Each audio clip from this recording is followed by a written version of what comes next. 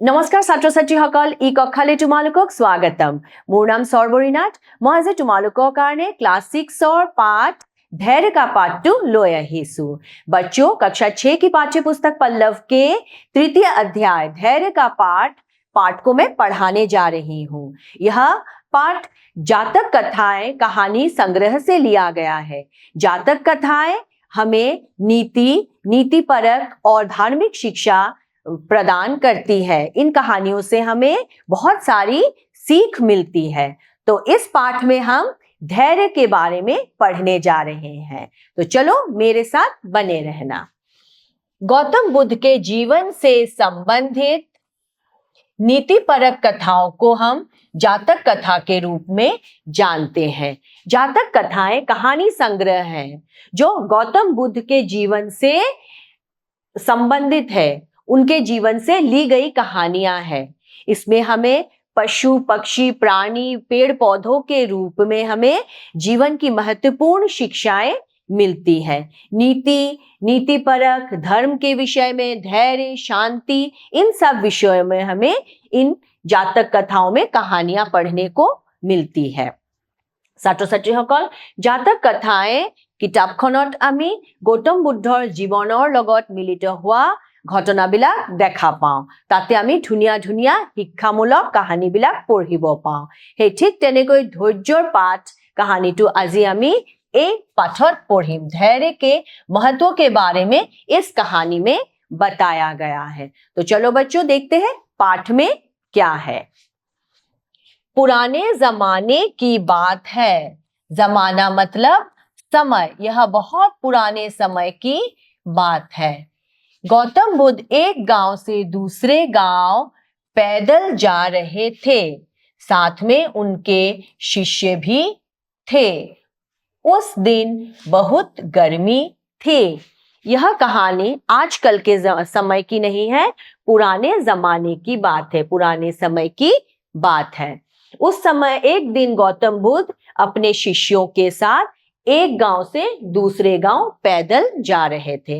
उस जमाने में गाड़ी मोटर नहीं थी, तो लोग कहीं भी जाते थे तो पैदल ही जाते थे, मतलब चल कर जाते थे।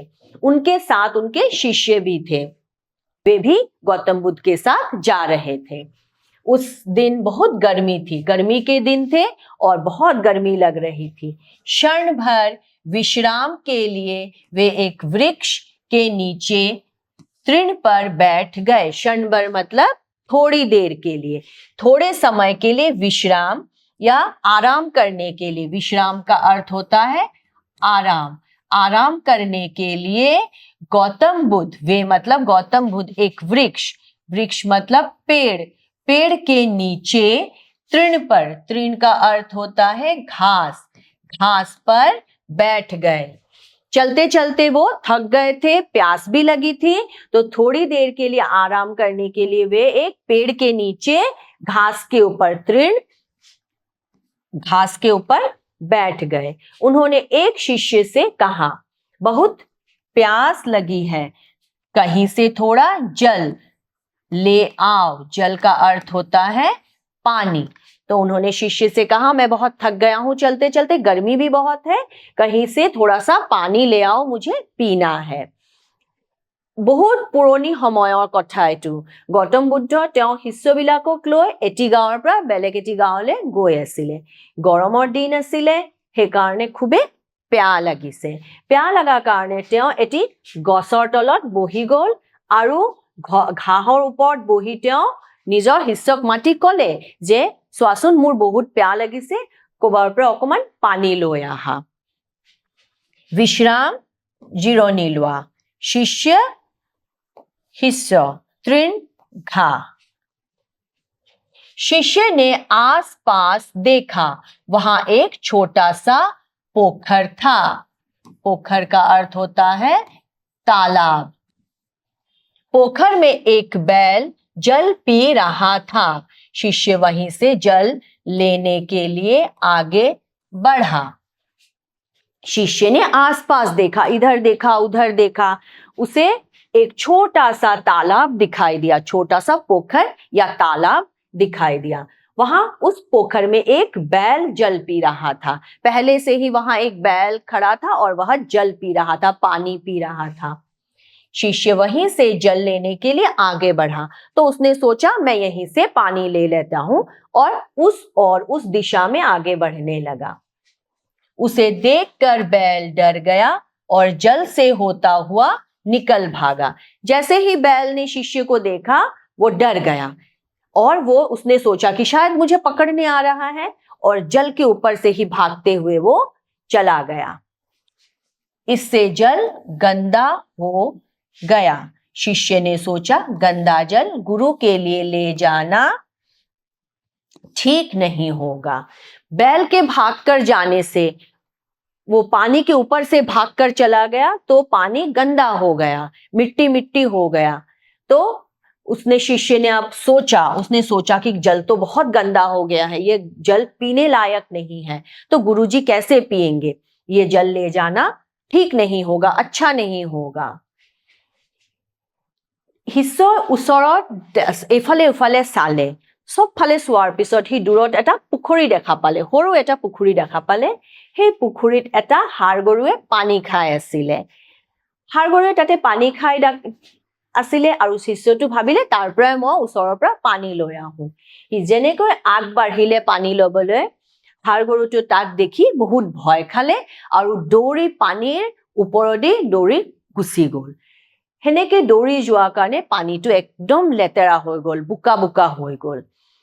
শিষ্যই এতিয়া ভাবিলে যে ইমান লেতেৰা পানী মই গুৰুৰ কাৰণে কেনেকৈ লৈ যাম, গুৰুজনে কেনেকে খাব পাৰিব এই পানীটো, সেই বুলি ভাবি সি ঠিক কৰিব পৰা নাই যে সি পানী ল'ব নে নল'ব।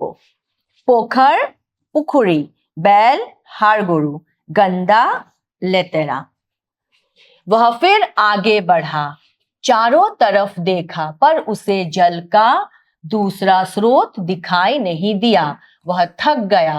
वापस आकर उसने सारी घटना बुद्ध को सुनाई।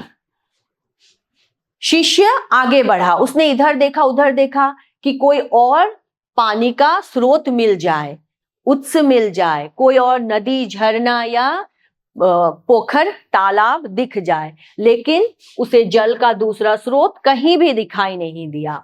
वो थक गया था, उसमें बहुत ज्यादा थकान आ गई थी।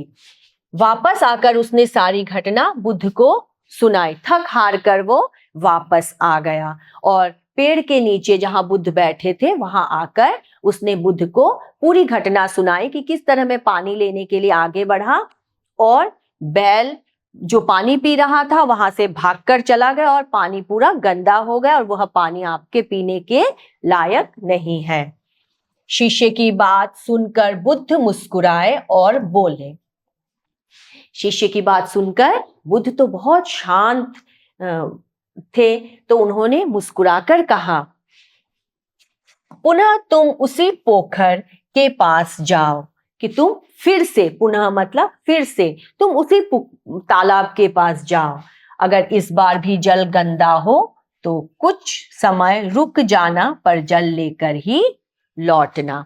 बुद्ध ने उसे कहा कि शिष्य तुम हार मत मानो, तुम फिर से उसी पोखर में जाओ, उसी तालाब में जाओ। अगर तुम्हें दिखे कि पानी गंदा है तो तुम थोड़ी देर वहां रुक जाओ, थोड़ी देर धैर्य से वहां खड़े रहो और जैसे पानी साफ हो तब तुम पानी लेकर आना, बिना पानी लिए तुम मत लौटना, पानी लेकर ही आना। শিষ্যই যেতিয়া আগবাঢ়িল তেতিয়া সেই ষাঁড় গৰুটো যোৱাৰ কাৰণে পানীটো লেতেৰা হৈ গ'ল। পানী লেতেৰা হোৱা দেখি সি ভাবিলে এই পানীটো মই গুৰুজনৰ কাৰণে কেনেকে লৈ যাম। তাৰপিছত সি চাৰিওফালে চালে আৰু এটা উৎস দেখা নাপালে, ক'তো আৰু পানী দেখা নাপালে, নদী নিজৰা একোৱে নাই।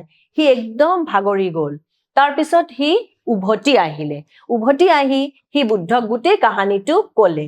গোটেই কাহিনীটো শুনি বুদ্ধই প্ৰথমতে অকমান হাঁহিলে, তাৰপিছত তাক বুজাই ক'লে যে তুমি আৰু একবাৰ তাতে যোৱা আৰু চোৱা তাতে পানীটো এতিয়া কেনেকুৱা আছে। যেতিয়ালৈকে তুমি পানী আনিব নোৱাৰা তুমি নাহিবা, তুমি পানী লৈয়ে আহিবা। থক ভাগৰা পুনः আকৌ এবাৰ। बुद्ध की आज्ञा मानकर शिष्य वहां पुनः गया। इस बार उसने देखा जल निर्मल है, गंदगी नीचे बैठ गई है। शिष्य अब पात्र में जल भरकर बुद्ध के पास लौटा। तो अब उस बुद्ध की आज्ञा मानकर, बात मानकर वह फिर से पुनः बुद्ध के पास पोखर में गया। अब उसने क्या देखा? पानी निर्मल है, मतलब पानी साफ है और पूरी गंदगी जो मिट्टी थी वो नीचे बैठ गई है। उसने पात्र में पानी भरा और बुद्ध के पास जल लेकर आ गया, पानी लेकर आ गया। बुद्ध ने उसे पास बुलाकर कहा, इस छोटी सी बात को तुम सदा याद रखना, इससे तुम्हें धैर्य का पाठ मिलेगा। बुद्ध ने उसे पास बुलाकर बताया कि तुम्हें मैं एक छोटी सी बात बताता हूं, इसे तुम सदा मतलब हमेशा याद रखना, इससे तुम्हें धैर्य का पाठ मिलेगा। तुम्हें कैसे अपना धीरज धरना है, किसी बात के लिए समय लेना है, यह बात तुम्हें पता चलेगी। जब भी तुम्हारा मन अशांत हो तो उसे थोड़ा समय देना, मन की मलिनता और अशांति बैठ जाएगी, मन अपने आप शांत हो जाएगा। धैर्य धरने का उपदेश देते हुए बुद्ध ने कहा कि जब भी तुम्हारा मन अशांत हो, तुम्हें कुछ अशांति महसूस हो, तुम्हें लगे कि यहाँ मुझे कुछ ठीक नहीं लग रहा है, तो तुम थोड़ा समय देना, उस बात को तुम थोड़ा समय देना। तो मन की मलिनता, मलिनता मतलब गंदगी, गंदगी और अशांति, मन में जो हमारी गंदगी आशंका होती है वह बैठ जाएगी और मन अपने आप हमारा शांत हो जाएगा। आज्ञा आदेश निर्मल साफा धैर्य ধৈৰ্য। ছাত্ৰ ছাত্ৰীসকল, বুদ্ধৰ কথা শুনি শিষ্য আকৌ উভতি গ'ল তালৈ। আকৌ একবাৰ তালৈ গৈ সি দেখা পালে যে পানীটো এবাৰ চাফা হৈ গৈছে, পানীটো চাফা হৈ গৈছে আৰু লেতেৰাখিনি তলত বহি গৈছে। সি লেতেৰাখিনি বহাৰ পিছত সি নিৰ্মল চাফা পানী লৈ উভতি আহিলে। তাৰপিছত বুদ্ধই তাক বুজাই ক'লে যে শুনা, তুমি মোৰ এটা কথা শুনা, মই তোমাক ধৈৰ্য ধৰাৰ এটা পাঠ কওঁ। যে তোমাক যেতিয়া এনেকে অশান্তি পাবা, তুমি কিবা এটা বুজি নাপাবা, তেতিয়া তুমি অকমান দেৰি ৰৈ দিবা আৰু কথাটো বাৰে বাৰে ভাবিবা, তেতিয়া তোমাৰ মনটোৰ পৰা অশান্তিও গুচি যাব আৰু তুমি কথাটো ভালকে বুজি পাবা। बुद्ध की अनमोल बातें सुनकर शिष्य का चित्त प्रसन्न हो गया। चित्त मतलब मन। जब शिष्य ने बुद्ध की अनमोल बातें सुनी तो उसका मन प्रसन्न हो गया, खुश हो गया और वह सब कुछ समझ गया। वो समझ गया कि धैर्य धरना जीवन में कितना महत्वपूर्ण होता है। बुद्धर महत्वपूर्ण कथाबिलाक शुनी, अनमोल मूल्यवान कथाबिलाक शुनी शिष्যই গম পালে যে আমাৰ জীৱনত ধৈৰ্য ধৰা কিমানে দৰকাৰী। সেইবিলাক শুনি তাৰ মনটো খুবেই ভাল পালে, সি ফূৰ্তি পালে আৰু বুদ্ধৰ কথা মানি সি চলিবলে ভাবিলে। अनमोल मूल्यवान, चित्त मन प्रसन्न सुखी। तो इस तरह यह पाठ यहीं पे समाप्त होता है। तो बच्चों, तुमने जरूर धैर्य के विषय में अच्छे से जान लिया होगा। धैर्य धरना हमारे जीवन के लिए कितना महत्वपूर्ण होता है ना? ছাত্ৰ ছাত্ৰীসকল, তোমালোকে ধৈৰ্য ধৰা কথাখিনি নিশ্চয় শিকিবলৈ পাইছা। এতিয়া আমি কেইটামান মূল্যাংকনৰ প্ৰশ্ন চাম আৰু এই পাঠটোত কি প্ৰশ্ন দিছে চাওঁ। 1. यह कहानी किस जमाने की है? এই কাহিনীটো কোনটো সময়ৰ? A. अभी के समय की, B. पुराने जमाने की, C. आने वाले समय की। এতিয়াৰ সময়, পুৰণি সময় নে অহা সময়ৰ কাৰণে? तो हमारा उत्तर है यह कहानी पुराने जमाने की है। एटू पुराना कालो कहानी है। तो बी हमार उत्तर, मैंने बी में चिन्ह लगा दिया है। 2. सही या गलत का चिन्ह लगाइए। ए बी सी डी इनमें से कौन सही है और कौन गलत है, आओ देखते हैं। याते कुंटू शुद्ध और कुंटू अशुद्ध हमें साय लो। गौतम बुद्ध प्यासे नहीं थे।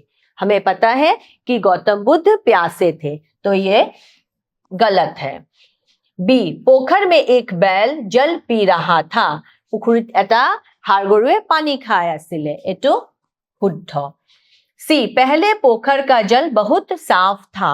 प्रथमते जेतिया हिस्स ताते গৈছিলে पानीটো খুব साफा आছিলে, নহয়, এটো অশুদ্ধ। डी, शिष्य ने गौतम बुद्ध को साफ पानी दिया। शिष्যই गौतम बुद्ध साफा पानी दिसे, এটোটো হয়। লাষ্টত হি তাতে ৰৈ থাকিলে আৰু ধৈৰ্য ধৰি ৰৈ থকাৰ কাৰণে পানীটো সাফা হৈছে আৰু হি সাফা পানী দিছে, এটো राइट। आशा करती हूं आपको ये पाठ अच्छे से समझ आई होगी। तो आज मैं यही समाप्त करती हूँ। ছাত্ৰ ছাত্ৰীসকল, ভালকে তোমালোকে পাঠটো পঢ়িবা আৰু বুজিবলৈ চেষ্টা কৰিবা। নমস্কাৰ।